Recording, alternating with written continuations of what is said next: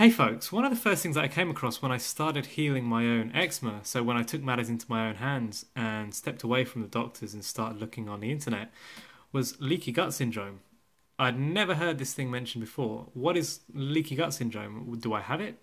Apparently, most people with eczema have leaky gut syndrome. In fact, all people with eczema have leaky gut syndrome, so we need to know what this is. Leaky gut syndrome is the condition where the gut has become perforated and damaged by an extended period of eating the wrong foods.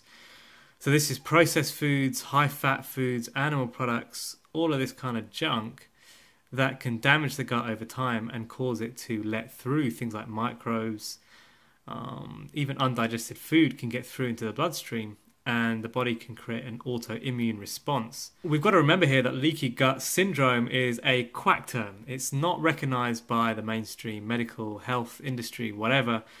This is the term that we've made up. The world of quackery, the world of fake medicine has made up this term of leaky gut syndrome. So it's never going to be recognized by your doctor. So yeah, you could try having a conversation with your doctor about this, but just going to say good luck with that one, because they're not really going to entertain the thought that this even exists, because it's not something that they learn at medical school. However, if you really think about it, it's a very simple explanation for what's happening, because when you consume food, and you'll know this once you've started to understand your body a bit more, when you consume certain types of food, it generates certain reactions in your body. And if you get to the place where I did, certainly with eczema, and food and understanding your own body, listening to your own body, you see the types of foods that really give you that slightly more aggressive reaction inside. Some of you will know what I mean by this. You'll feel like a deep heat sensation. You'll feel like a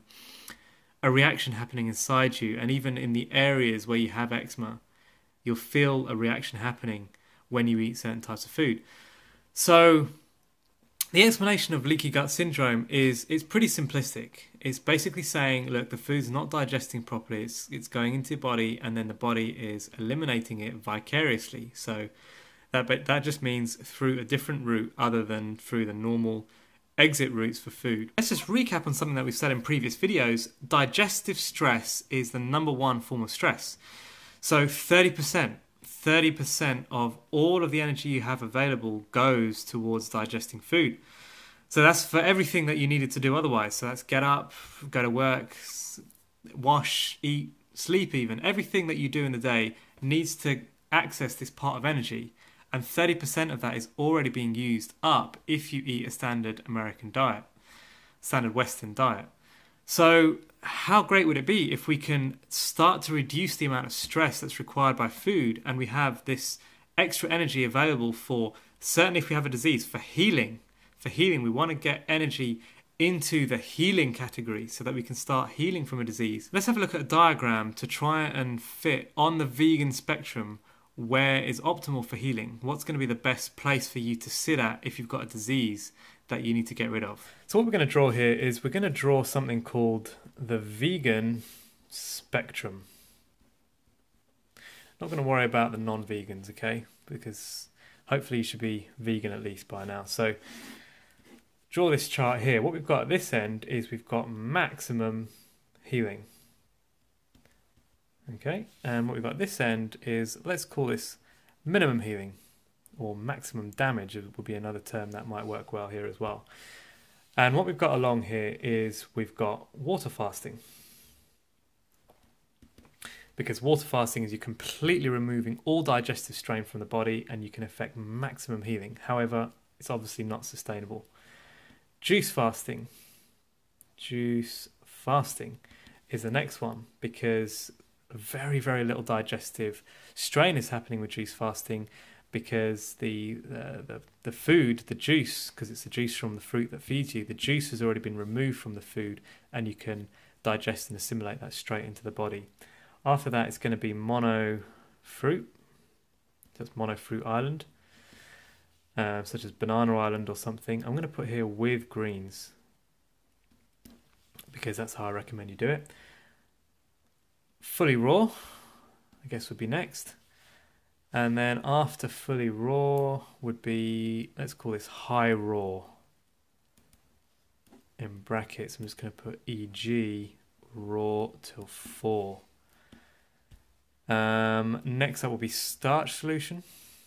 Starch solution.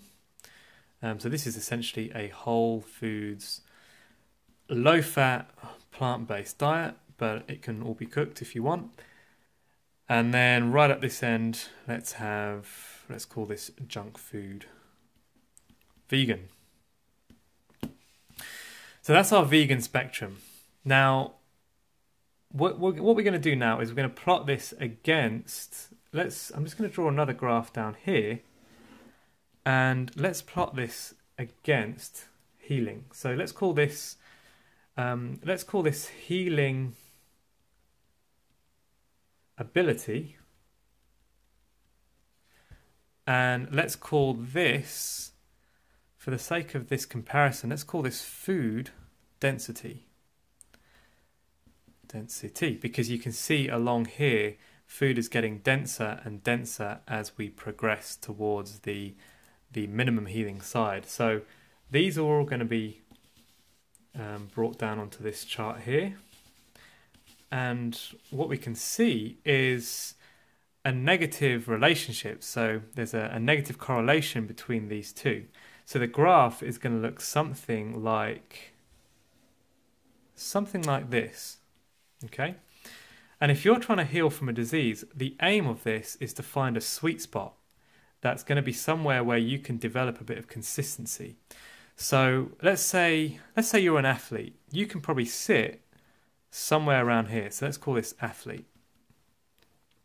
You've got no disease to contend with. You're burning a whole load of calories every day. You're getting a good amount of exercise, and you're pumping that lymph, which is going to help detoxify you from all the toxins that you're taking in. So you can probably get away with sitting somewhere around about here on the graph. Let's say now that you're an average Joe. Let's say you're Joe Best. No, you're not Joe Best. Joe Best will be Joe Best has got a disease, so he's going to be up here somewhere. Let's say you're an average Joe. You're probably going to end up sitting somewhere around about here in order to average Joe. You can probably get away with sitting somewhere around here in order to detoxify as you go along, where you can maintain the golden rule where your detoxification rate is higher than the rate of toxins coming in from these types of foods. If you're diseased now, so let's say you are Joe Best.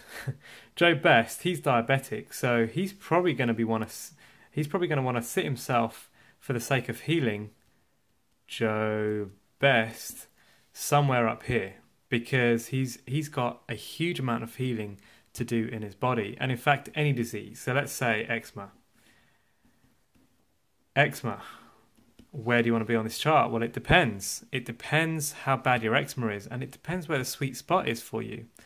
So what do I mean by the sweet spot? Well, let's not forget things like serotonin.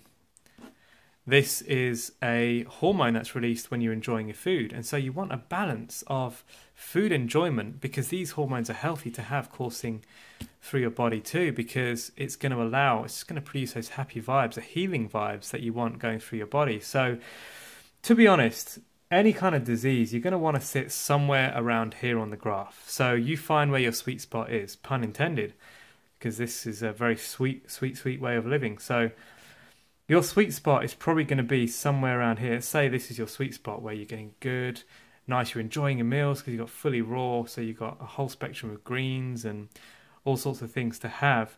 Say this is your sweet spot where you know that you're going to enjoy all the meals that you're going to have in this part of the graph. Once you've found your sweet spot, what you want to do next is you want to be consistent, because this is ultimately what is going to heal you. When you can develop some consistency with the program that you're doing, the body loves consistency. Once the body gets used to this, once the body gets used to being here, what it will do is it will continue to heal, it will continue to detoxify, you'll continue to get enjoyment from the food, you'll get energy, you'll want to exercise, you want to have fun, you want to live life to the full. And so be consistent, find your sweet spot and be consistent.